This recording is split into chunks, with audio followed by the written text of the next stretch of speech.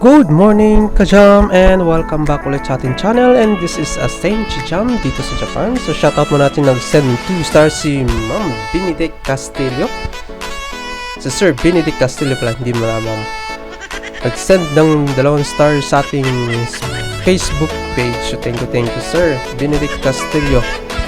So ngayon dito tayo sa Oiki Park sa iChicken. So explore natin, no? So dito sa Oiki Park, marami silang malaking park talaga to. So meron silang baseball field, meron silang konting zoo, may lake sila, no? May mga flower garden sila dito. So ito, this spot, papunta tayo dito sa mga nila na konting-konting cage lang na may mga ibon.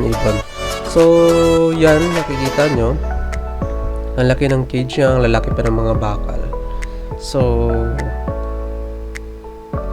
maraming pumupunta din dito, yeah.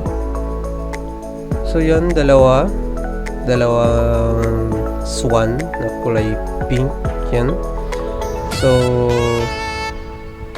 based on my research, so simpleng pangalan ng swan pero hindi ko talaga na alam, no? Kung ano talagang specific name, basta swan lang siya, you know?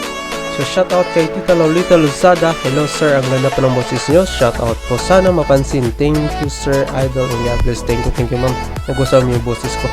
And ito nga po yung swan na sinasabi ko. So dalawang swan, ewan ko lang. Yan.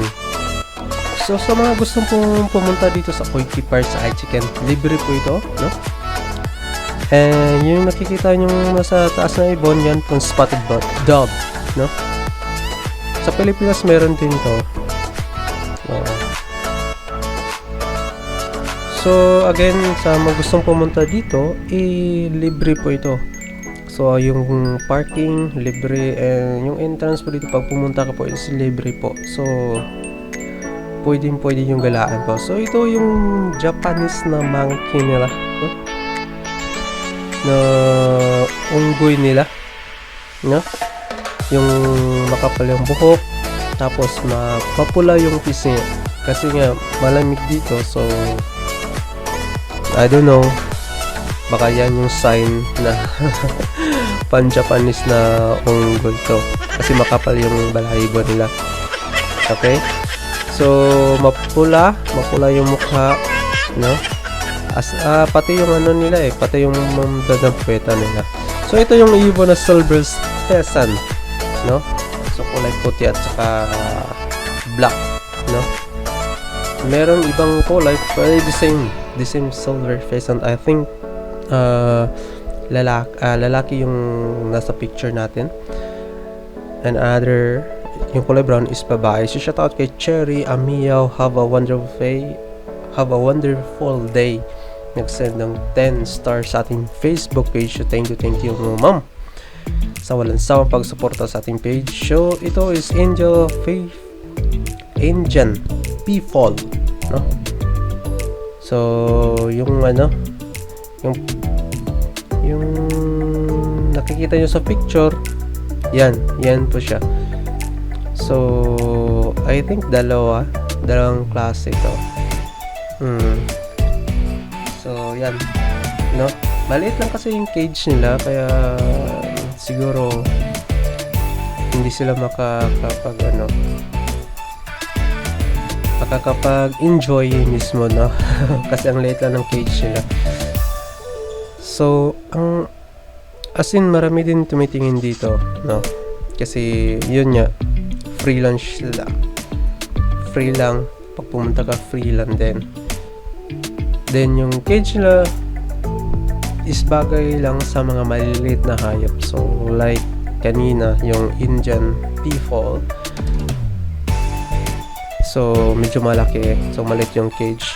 So shoutout kay Yamaskaz, nag-send 1 star. So ito, kung nakikita mo sa video or hindi nakikita, is sobrang liit niya. And based on the picture, so alam nyo na yan po. Yan po yung pogo. No? Yan yung Pogo.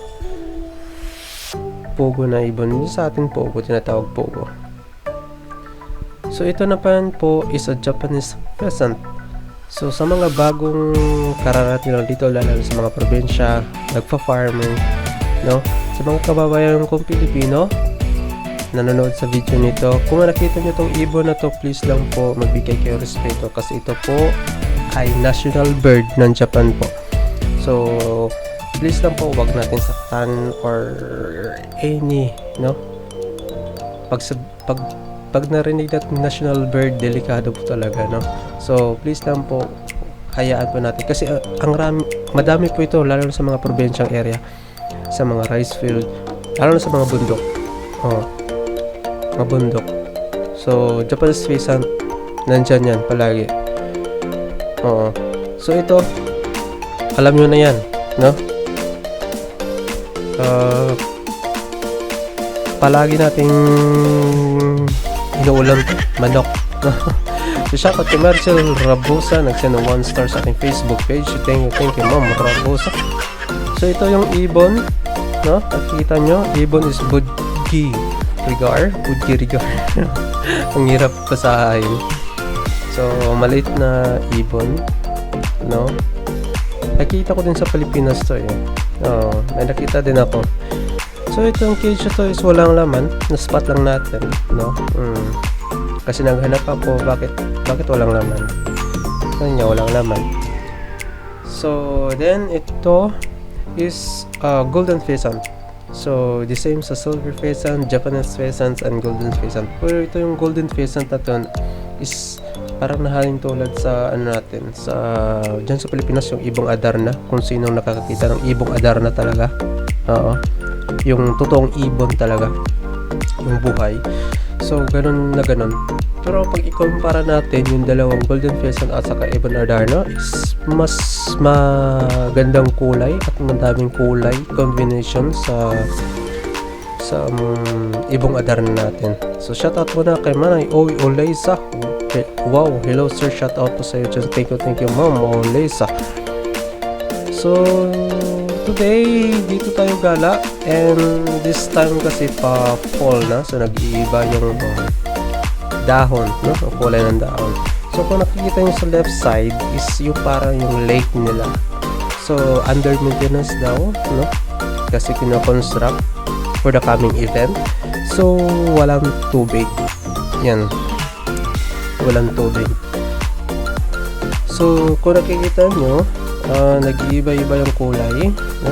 May pula, yellow, dark yellow, no? Kasi pa-fall na. So ito yung itsura ng Japan pag pa-fall na. Yan. So may mga tao pumupunta dito din, nagtitake ng pictures kasi ang ganda ng view. So as tinibigla ako nung pumunta kami dito kasi ang lawak ng area, no? Kasi pag tinignan mo sa mapa, okay lang, pero pag inikot mo yung buong park talaga, ang dami talaga, ang dami mga yung nakikita nyo nasa kanan area natin, yung bundok, is yan po yung hiking area nito. So pwede po kayo mag-hiking po. So ang hindi ko lang alam po is if pwede bang mag-camp dito ng overnight, hindi ko lang alam. So shoutout natin si Tita Lolita Luzada. Wash, pa-shoutout din po Sir Idol. Shoutout na po kita Ma'am Tita Lolita Luzada, no? Dito sa Oiki Park. So di ko lang alam po kung pwede po kayo mag-camp dito ng inside 24/7. So kung may alam kayo, please comment lang po kayo sa comment box section, no? Para alam natin. So ito yung itsura. So gawa ng nature. So ganda. Iba-ibang kulay. Yan. Na during evening po, kung nakikita nyo yung ilaw sa taas sa right side natin, umiilaw din yun po pag gabi. So sa next video natin, spot natin yung sakura nila dito. So yung nakikita yung kulay pula na yan, is lahat po yun is sakura. So next video natin, spot natin yung sakura with lights up. So lights up na po yun. So may mga ilaw-ilaw na po yun, no? So spot natin para makita po ninyo kahit nandyan kayo sa Pilipinas, nakikita nyo pa rin yung anong view ng natural view ng Japan, no? So yung sa kaliwa natin, again, wala pang tubig kasi under maintenance daw. So yan yung lake nila, no? Yan. Ang ganda ng hallway nila kasi nakaseparate yung minsan kasi may nagbibisikleta bulol. May nagbibisikleta dito, no?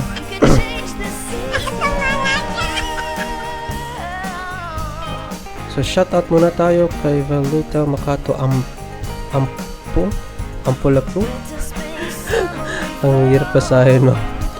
Kay Ma'am Violeta Makato, shout out sa next videos, idol. Nice ang place. Thank you ma'am sa walang sawang pagsuporta sa ating page. So hanggang dito na lang muna po, and see you sa next video po natin. Thank you very much. Wow.